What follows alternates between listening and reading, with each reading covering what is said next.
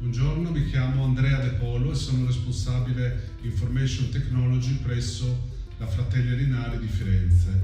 Nel progetto Moby Dig andiamo a promuovere un modulo, il modulo numero 3, riguardo il suggerimento per uno stativo di riproduzione che può essere sia di fascia media, quindi uno stativo fisso, e uno portatile di fascia più economica.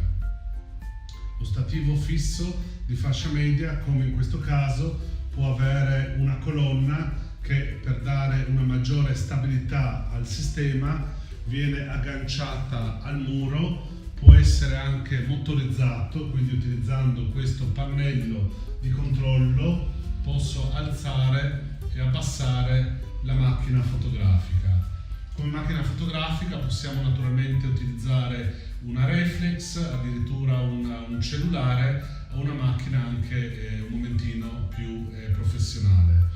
Poi abbiamo le luci possono essere o a tono continuo oppure flash. È importante che siano a LED in quanto scaldano meno e hanno una temperatura colore di 5000 gradi Kelvin costante nel tempo.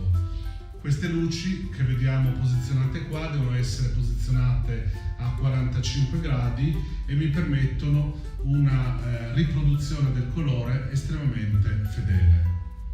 Riguardo la riproduzione, ad esempio di manoscritti o libri, come in questo caso, è importante che il piano sia stabile.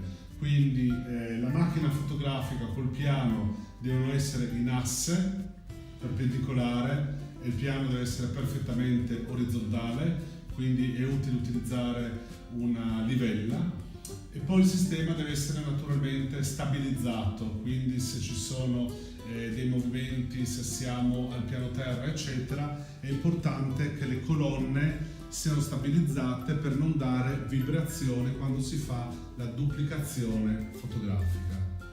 Quando andiamo a duplicare, ad esempio in questo libro, è importante che la lente sia sempre perpendicolare rispetto all'immagine, quindi in questo caso, come vediamo, l'immagine deve essere piatta.